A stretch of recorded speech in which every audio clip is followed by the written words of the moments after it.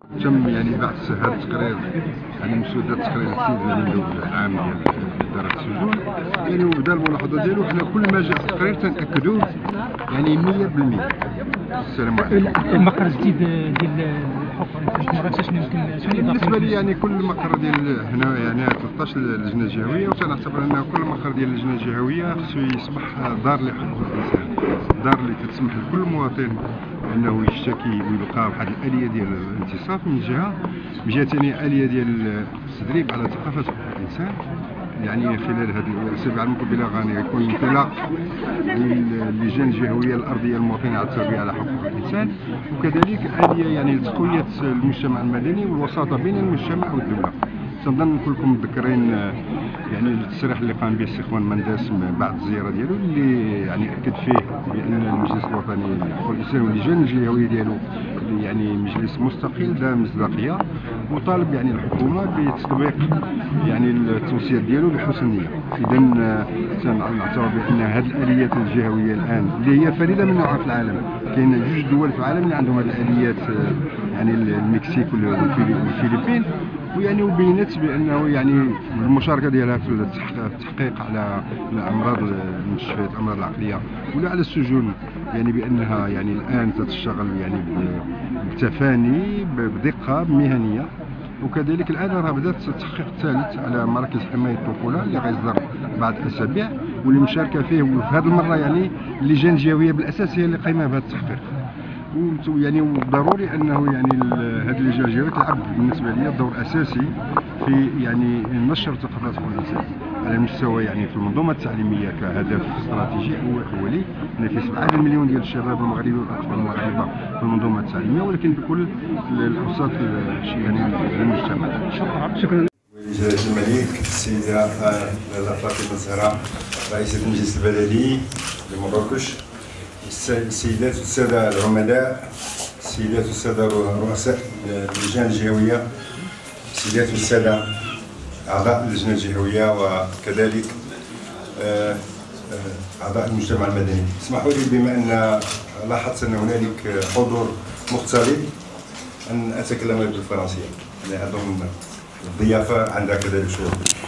Monsieur le Walid de Sa Majesté, Madame la Présidente de la Communauté urbaine de Marrakech, Messieurs les doyens, Mesdames et Messieurs les doyens, puisqu'il y a une dame doyenne parmi nous, mes chers présidents des commissions régionales de Nefra, d'Agadir, de Marrakech, au moins je crois que j'ai vu 3, et Blimblin.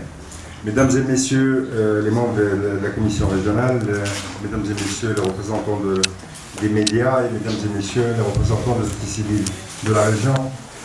J'ai énormément de plaisir à être avec vous aujourd'hui pour inaugurer ce local qui, de notre point de vue, devrait devenir aussi rapidement que possible une maison des droits de l'homme. Il y a moins d'une année, j'étais là pour l'installation de la commission régionale de Marrakech et de la région. Et nous étions dit avec les collègues à l'époque que nous pouvions faire un petit rêve, qui est celui de ne pas simplement avoir un siège, un local, où nous travaillons, mais aussi un local fait pour toute la région, une véritable maison des droits de l'homme. Et je crois que ce soir, nous sommes en train d'accomplir le premier pas pour faire de ce lieu une maison des droits de l'homme. Une maison des droits de l'homme, c'est d'abord un lieu ouvert aux citoyennes et aux citoyens. Un lieu où ils peuvent, lorsqu'ils estiment que leurs droits fondamentaux sont touchés, un lieu où ils peuvent venir parler, être entendus, dire ce qu'ils ont subi comme souffrance, dire ce qu'ils ont et leur désir de justice, d'égalité. Une maison des droits de l'homme, c'est aussi un lieu qui diffuse la culture des droits de l'homme. Et c'est pour ça que, comme M. le Président Alexa vient de le dire, cette maison des droits de l'homme, de notre point de vue, doit devenir le lieu de l'apprentissage, le lieu de la diffusion de la culture des droits de l'homme. Et pas simplement ici, mais aussi à l'extérieur. Vous savez que ce pays nous avons la semaine dernière tenu une réunion au niveau national pour relancer la plateforme citoyenne pour l'éducation à la culture des droits de l'homme. Et nous pensons qu'aujourd'hui, et très vite, nous ferons dans chacune des régions, commençons par la région de Marrakech, qui nous semble déjà prête avec ce local, à créer une plateforme régionale pour la diffusion de la culture des droits de l'homme. Nous avons, avec certains objectifs stratégiques, et le premier objectif stratégique de notre point de vue, c'est celui de toucher la population scolaire marocaine, celui de toucher la jeunesse des écoles, des collèges et des lycées et des universités. Dans notre système scolaire aujourd'hui au Maroc, il y a 7 millions de personnes. 7 millions de personnes. Et ce sont eux le sel de la terre, ce sont eux l'avenir de ce pays. Il n'est pas acceptable que nous laissions cette population sans accès à la culture des droits de l'homme, à la culture de l'égalité, de la justice sociale, de la culture et des arts. Et c'est pour ça que je tiens à remercier vraiment, après le président Larissa, les artistes qui nous ont honorés ce soir et qui nous ont donné un signal, le signal de la beauté, le signal de la créativité, le signal de l'imagination, en nous prêtant leur tableau. Une maison des droits de l'homme, c'est aussi un lieu de médiation. Et c'est pour ça que je salue la présence avec nous de son Excellence le Wali et de Madame la maire. C'est un lieu de médiation. Vous savez qu'une institution nationale des droits de l'homme, ce n'est pas l'exécutif, ce n'est pas le gouvernement. Mais ce n'est pas non plus la société civile. C'est aujourd'hui, au niveau mondial, il y a une centaine d'institutions nationales. Ils viennent d'ailleurs de se réunir, de finir leur réunion annuelle à Amman en Jordanie avec une délégation du Conseil national des droits de l'homme qui est de plus de 5 personnes. Donc les institutions nationales sont le lieu de médiation entre les citoyens et l'État. Et c'est pour ça que aussi nous sommes en train, peut-être sans le savoir, en train d'écrire une page nouvelle pour notre pays, mais aussi pour l'humanité entière. Vous savez qu'il y a 3 conseils nationaux dans le monde qui ont des commissions régionales, au Mexique, aux Philippines et au Maroc.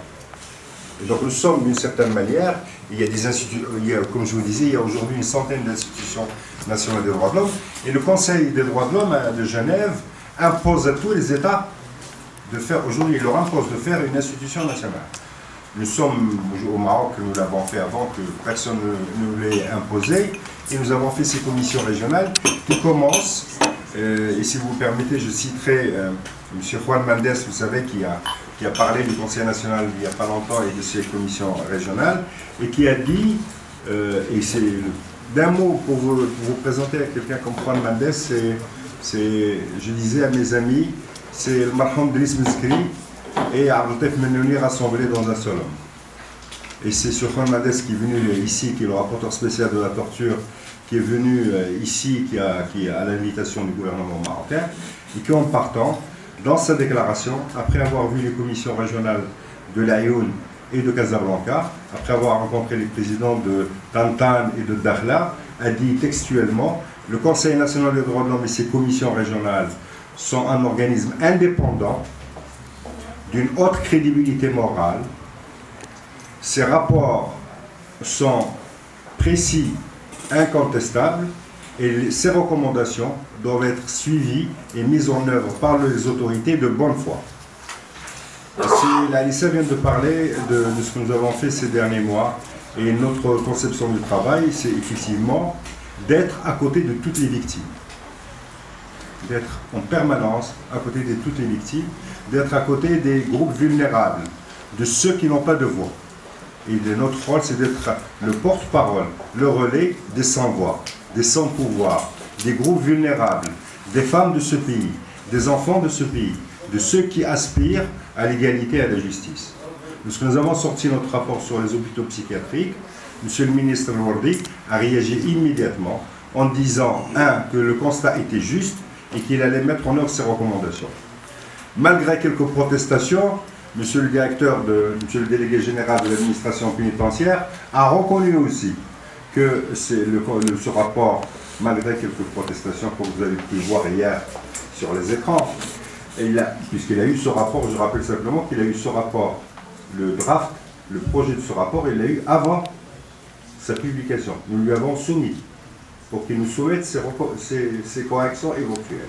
Donc le rapport qui est sorti est un rapport dont nous assumons à 100%, et je le répète, dont nous assumons à 100% le constat et dont nous demandons immédiatement la mise en œuvre. Nous savons, nous ne sommes pas les gens qui demandent que tout soit réglé de suite. Nous savons qu'il y a des difficultés pour mettre en œuvre les recommandations. Et donc, mais en même temps, nous veillerons tous les jours à suivre si les recommandations de ce rapport, comme de tous les rapports, seront mises en œuvre. Dès hier, j'ai adressé une lettre à Monsieur le ministre de la Justice et des Libertés pour lui demander d'activer les mécanismes judiciaires de contrôle. J'ai adressé une lettre à Monsieur le ministre de l'Intérieur pour lui demander d'activer les commissions provinciales de contrôle de la situation des prisons. Et j'ai adressé une lettre à Monsieur Ben le chef du gouvernement, pour lui demander que la commission interministérielle qui doit être à côté de M. Ben Hachem pour l'aider à faire sa mission soit réunie le plus rapidement possible. Vous verrez aujourd'hui, grâce à Jamila Seyouri, l'importance de ces commissions, de ces mécanismes de contrôle. Je voudrais simplement finir pour dire que c'est entre l'avenir des droits de l'homme et entre vos mains. Vous savez que lorsqu'il y avait les Français révolutionnaires qui faisaient la déclaration des droits de l'homme et des citoyens, ils l'ont appelée la déclaration des droits de l'homme et des citoyens. Et pourquoi ils ont ajouté et des citoyens? C'est parce que l'action des citoyens est la première garantie pour l'exercice effectif des droits. C'est pour ça qu'ils l'ont ajouté. Et donc, les droits de l'homme, ce n'est pas simplement les amis, plus la Alissa, plus Mohamed Sharif et les membres des commissions régionales, c'est chacun de vous, c'est M. Louali, c'est Madame la Présidente de la Communauté européenne, c'est chacun d'entre nous. C'est ce Maroc que notre peuple veut, c'est ce Maroc que Sa Majesté veut. Allah alaykoum, subhanakallah alaykoum.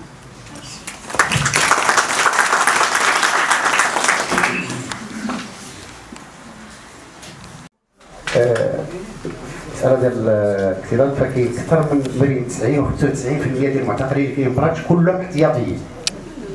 كلهم احتياطيين، بمعنى دور المحاكمات، عدم تفعيل العقوبات البديلة، وغادي نرجع للأستاذ اللي سمحتي ليا، فكنوقف على هذه الأمور شخصيا وأدعوك أنك تجي وتوقفي، أدعوك دوزي معنا نهار كامل وشوفي هذوك الموظفين شنو كيديروا، وشوفي هذاك الفريق العمل اش كيدير، واعتقد ان كاين معنا ناس صحفيين يمكن يشرحوا لك اكثر، وانت مدعوه من الان تجي تحضري معنا من الصباح حتى العشيه. ومساله اخرى اللي كنركز عليها هي معامله. صدقيني ان هذا الشيء اللي كتكلمي عليه هنا على الاقل ما تنقولش انا، كنقول نحن فريق عمل في السجن المحلي تاع مراكش وتندافع عليهم بكل افتخار. ما كاينش هذه المعامله اللي كتكلمي عليها استاذ على الاطلاق.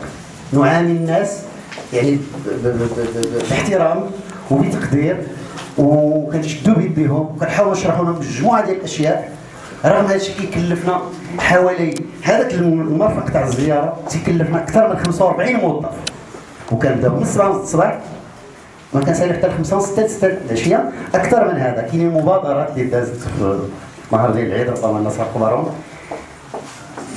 عاوتاني غنعقب على واحد المساله وسمحوا لي ربما طولت، فماشي غير اللجنه الاقليميه هي اللي بوابه باش يدخل المجتمع المدني.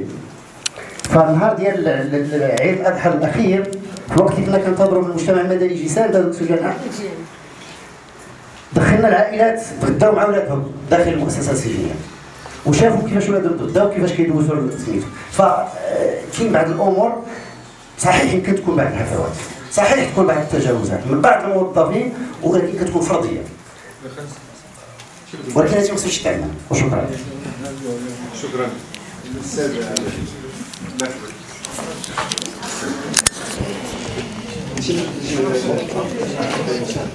عطى الكلمة. وي عطاو الكلمة الميكرو.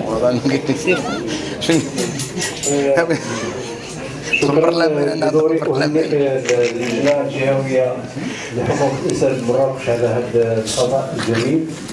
السؤال ديالي